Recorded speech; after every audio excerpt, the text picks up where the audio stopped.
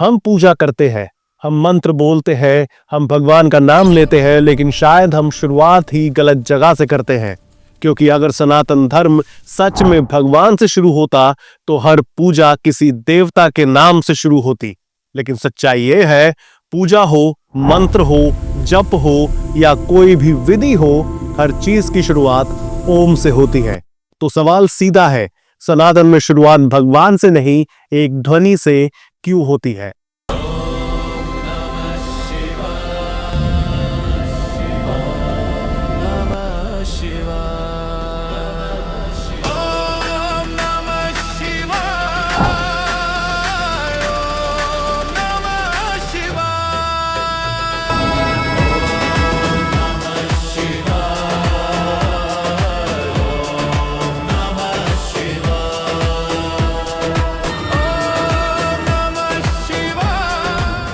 आज हम ओम को बहुत कैजुअली लेते हैं। कोई कहता है ये धर्म का शब्द है, कोई मानता है भगवान का नाम है, कोई सिर्फ शुभ समझकर बोल देता है। लेकिन अगर ओम सिर्फ इतना ही होता तो वो हर दर्शन में क्यों मिलता, हर देवता के मंत्र में क्यों जुड़ा और पूजा से बाहर ध्यान और योग में भी क्यों मौजूद है? यहीं से एक अनकंफर्टेबल सच सामने आता है, ओम धर्म से पहले का है। सबसे पहले भ्रम तोड़ना जरूरी है। ओम कोई शब्द नहीं है, शब्दों के अर्थ होते हैं। ओम का कोई शब्दार्थ नहीं है, ओम किसी देवता का नाम भी नहीं है। उपनिषद कहते हैं वो एक प्रणव है। प्रणव का अर्थ होता है वो ध्वनि जो शब्द बनने से पहले मौजूद हो। यानी ओम कोई आवाज नहीं, आवाज की अवस्था है। अब जरा अपने अनुभव पर ध्यान दीजिए। जब आप गहरी सांस छोड़ते हैं तो मन अपने आप कुछ क्षणों के लिए शांत हो जाता है। आप कोई मंत्र नहीं बोलते, कोई भगवान याद नहीं करते, फिर भी मन रुकता है। ओम ठीक उस स्तर पर काम करता है आपकी सोच से पहले। दरअसल ओम किसी ने इन्वेंट नहीं किया, ओम किसी ग्रंथ में बैठकर तय नहीं हुआ।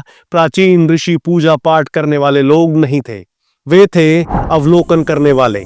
लंबे समय तक मौन में रहने पर उन्होंने देखा शरीर कभी पूरी तरह शांत नहीं होता। श्वास चलती रहती है, भीतर एक निरंतर लय बनी रहती है। गहरे ध्यान में एक अनुभव उभरा, न शब्द न भाषा, बस एक निरंतर स्पंदन। सनातन ने इसे कहा नाद, और उसी नाद का सबसे पहला और सरल प्रतीक बना ओम। यहाँ एक सटल लेकिन निर्णायक बात है। ध्वनि शुरू होती है, फैलती है और खत्म हो जाती है, लेकिन ओम का सबसे महत्वपूर्ण हिस्सा ध्वनि के बाद का मौन है। ओम बोलने के बाद मन कुछ क्षणों के लिए ठहर जाता है। सनातन में यही ठहराव सबसे मूल्यवान अवस्था मानी गई। इसलिए ओम शब्द नहीं, स्थिति माने स्टेट है। अब बात करते हैं ओम शब्द किस चीज से बना है। ओम बना है सबसे पहले अ माने सृजन, उसके बाद उ माने विस्तार, उसके बाद म माने विलय और उसके बाद मौन माने तुर्या। मांडुक्य उपनिषद कहता है ओम भूत भविष्य और वर्तमान सबका प्रतिनिधित्व करता है और समय से भी परे है। अब जरा यहाँ रुकिए और मुझे बताइए, अगर सनातन अनंत की बात करता है तो उसे किसी रूप या मूर्ति में क्यों नहीं बताया? क्योंकि रूप सीमित होता है, हर आकृति की शुरुआत और अंत होता है, लेकिन ध्वनि फैलती है, विलीन होती है और मौन में लौट जाती है। अब इसे जीवन से जोड़िए। आप किसी काम की शुरुआत करते हैं, फिर उसमें पूरी तरह डूबते हैं, फिर वो खत्म होता है और उसके बाद कुछ क्षण का खालीपन आता है।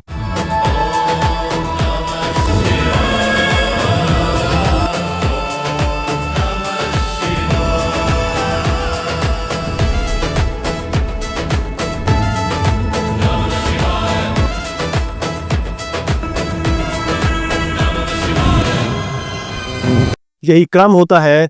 ओम माने मौन, इसलिए ओम ध्वनि की तकनीक नहीं, चेतना का नक्शा है।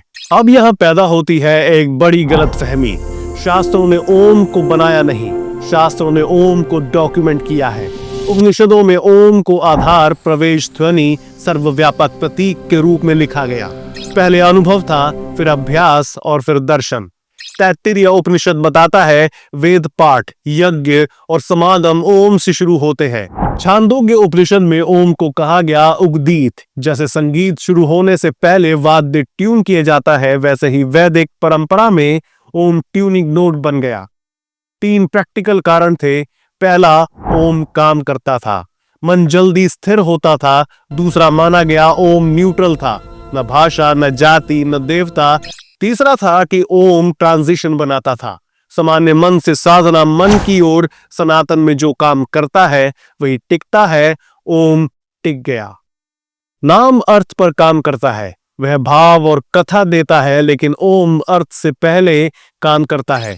वह मन को चुप कराता है, इसलिए पहले ओम फिर नाम, माने पहले शांति और फिर अर्थ। शुरुआत में ओम अकेले ही प्रयोग हुआ, श्वास और ध्यान में। जब मंत्र बने तो ओम को मंत्र का अर्थ नहीं बनाया गया, ओम को मंत्र का द्वार बनाया गया। मंत्र माने कंटेंट, ओम माने स्ट्रक्चर। अब यहां पर एक बात मानने वाली और बड़ी इंटरेस्टिंग है।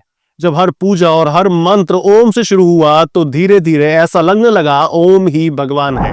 शायद इसलिए हम भगवान को ढूंढते रहे और ओम को समझने की कोशिश ही नहीं की।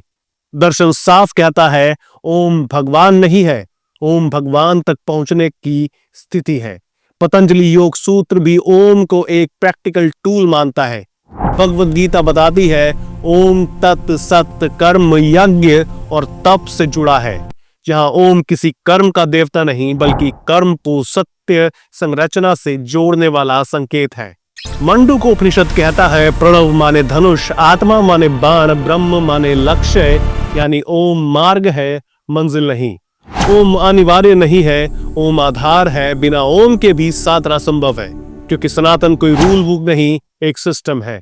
शायद इसलिए आज हमें शब्द ज्यादा याद है और मौन से डर लगता है। हम नाम जानते हैं लेकिन ठहरना भूल गए हैं। ओम हमें याद दिलाता है कि साधना शब्दों से नहीं, स्थिति से शुरू होती है। तो यहाँ पर दोस्तों याद रखना, ओम भगवान नहीं है, ओम वो स्थिति है जहां भगवान की कल्पना भी शांत हो जाती है। और यही कारण है सनातन में ओम हर जगह है, क्योंकि वो किसी एक देवता का नहीं, हर क्रिया की शुरुआत है। और इसी के साथ दोस्तों मैं हूं तरुण और ये था आज का तत्व दिव्य ओम के बारे में। अगर वीडियो पसंद आई तो उसे लाइक करें, दोस्तों के साथ शेयर करें, और मेरी तरह आप भी सच्चे सनातनी है तो हमें सपोर्ट करने के लिए चैनल को अभी कभी सब्सक्राइब कर लें। अगली बात तक के लिए नमस्कार, जय सनातन।